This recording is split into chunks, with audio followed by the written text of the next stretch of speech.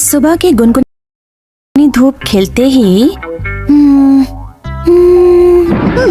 अरे वाह मम्मी, आप क्या लिख रही हैं? इस साल एक लेडी नॉवेलिस्ट ने नॉवेल राइटिंग कंपटीशन में फर्स्ट प्राइज जीता है, इसलिए मैंने फैसला किया है कि अगले साल होने वाले नॉवेल राइटिंग कंपटीशन में मैं भी हिस्सा लूंगी। लेकिन मम्मी, क्या आप सच में नॉवेल लिख सकती हैं? हाँ बिल्कुल, शायद तुम नहीं जानते कि अपने स्कूल के दिनों में मेरे लिखे ऐसे को हमेशा फुल मार्क्स मिलते थे, इसलिए मुझे लगता है कि मैं एक प्रोफेशनल राइटर बन सकती हूँ। क्या? अच्छा, तो मम्मी नॉवल लिख रही हैं, ठीक है। किस सब्जेक्ट पर लिख रही वो हैं? उसे सीक्रेट रखना चाहती हैं। मैं उसे जरूर पढ़ूंगा, पता नहीं वो किस बारे में होगा। मम्मी उसे लेकर बहुत एक्साइटेड है। कुछ धमाकेदार पढ़ने को मिलेगा। तो ठीक है, मुझे लगता है हम सबको मम्मी की मदद करनी चाहिए ताकि वो अपने नॉवल पर पूरा ध्यान दे सके। मैं बिल्कुल तैयार हूँ पापा। केनिची के पापा क्या कर कुछ रहे नहीं, बस ऐसे ही टाइम पास। हैं? ऐसे ही टाइम पास मतलब? मेरा मतलब है तुम घर के कामों पर अपना टाइम बर्बाद मत करो। क्योंकि आपका टाइम बहुत कीमती है। और आप खाना बनाने की चिंता छोड़ो और जाकर अपना नॉवेल लिखो। ओह शुक्रिया, तुम सब लोग मेरा कितना ध्यान रखते हो। क्यों नहीं रखेंगे मम्मी, आप एक मशहूर नॉवेलिस्ट जो बनने वाली हैं। शुक्रिया शुक्रिया, मैं 100% कोशिश करूंगी, ठीक है?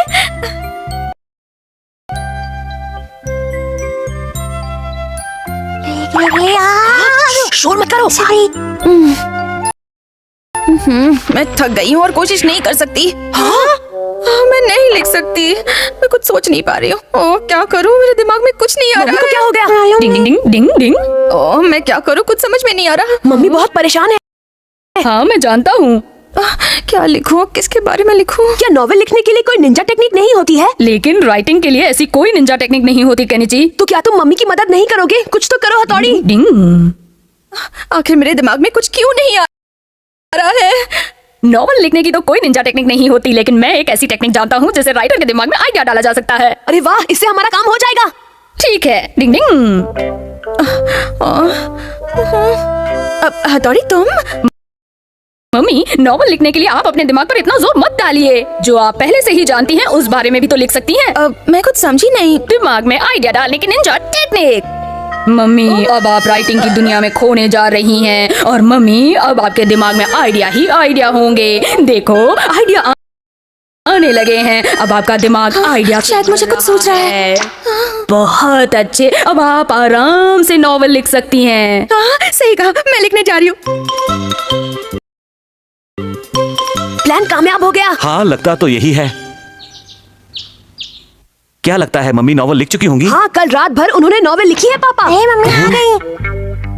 हाँ हो गया। मम्मी क्या तुम्हारा नॉवल पूरा हो गया? क्या ये बात लो। है मम्मी? मुझे यकीन है कि आपने अच्छा ही लिखा होगा। पता नहीं, लेकिन मैंने अपनी तरफ से पूरी कोशिश की है। क्यों ना तुम लोग इसे पढ़कर देखो और फिर मुझे बताओ, तब तक मैं तैयार होकर आती हूँ। लगता है मम्मी ने सचमुच कुछ कमाल का लिखा है, जरा पढ़कर तो सुनाओ केनिची। मित्सुबा फैमिली के सभी सदस्य बहुत हंसमुख और दिलचस्प हैं। मैं अपनी कहानी की शुरुआत केनिची के पापा से करती हूँ। वो सच में एक बहुत अच्छे इंसान है। कुछ दिन पहले वो एक पोस्ट बॉक्स से टकरा गए। आपको यकीन नहीं होगा, लेकिन उन्होंने उस टिन के डिब्बे से माफी मांगी। ये तो कुछ ज्यादा ही हो गया, मम्मी को ये सब नहीं लिखना चाहिए था।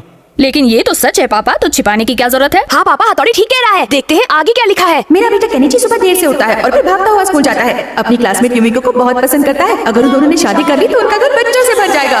बाप रे, अगर किसी ने इसे पढ़ लिया तो वो मेरे बारे में क्या सोचेगा? ये तो बहुत मजेदार है। अच्छा आगे पढ़ो ना। अच्छा ठीक है शिंजो। शिंजो एक नंबर का पेटू है। अभी कुछ दिन पहले ही उसने 10 कप आइसक्रीम खाई थी, जिससे वो बीमार हो गया और काफी दिनों तक बिस्तर पर पड़ा रहा। ये तो जीतेंगे, मम्मी को ये सब नहीं लिखना चाहिए था। लेकिन ये तो सच है शिंजो। चलो आगे पढ़ता हूँ। और हमारा प्यारा डॉगी शिशिमानु, वो हाई वोल्टेज में खराटे मारता है। उसके खराटों से हमारे घर का सामान ठीक वैसे ही हिलने लगता है जैसे भूकंप आने पर हिलता है। लेकिन फिर भी उसकी नींद नहीं नहीं, ये खुलती। गलत है, मैं खर्राटे नहीं मारता हूँ। तुम तो सोए रहते हो, तुम्हें अपने खर्राटों की आवाज कैसे सुनाई देगी? वो तो मम्मी ने देखा, इसलिए उन्होंने अपने नॉवल में लिख दिया। पता नहीं मम्मी ने तुम्हारे बारे में क्या लिखा है हथौड़ी। देखो मैं जानता हूँ, मम्मी ने मेरी तारीफ ही लिखी होगी, सिर्फ मेरी तारीफ। हो सकता है तुम सही हो, अभी पता चल जाएगा। हथौड़ी सच में एक होशियार और अच्छा लड़का है, लेकिन बिस्तर पर सुसु करने की उसकी आदत से मैं बहुत परेशान रहती हूँ। ओह नो, ये सब लिखकर तो मम्मी ने मुझे और परेशानी में डाल दिया। अब क्या होगा? लेकिन ये सब तो तुम्हारी निंजा टेक्निक की वजह से है ना। डिंग डिंग, शायद निंजा टेक्निक का मुझ पर कुछ ज्यादा ही असर है, पर फिर भी मम्मी ने ऐसा क्यों किया? अगर ये नॉवल छप गया तो हम सब मुश्किल में पड़ जाएंगे, पता नहीं क्या होगा। तो फिर हम क्या करें पापा? डिंग डिंग डिंग डिंग डिंग। तो कैसी लगी मेरी नॉवेल? वो असल में मैंने सोचा था कि क्या सोचा था तुमने? अभी कुछ देर पहले मुझे ऐसा लगा कि नॉवेल लिखना मेरे बस की बात नहीं है, इसलिए मैंने फैसला किया है कि मैं उस कंपटीशन में हिस्सा नहीं लूंगी।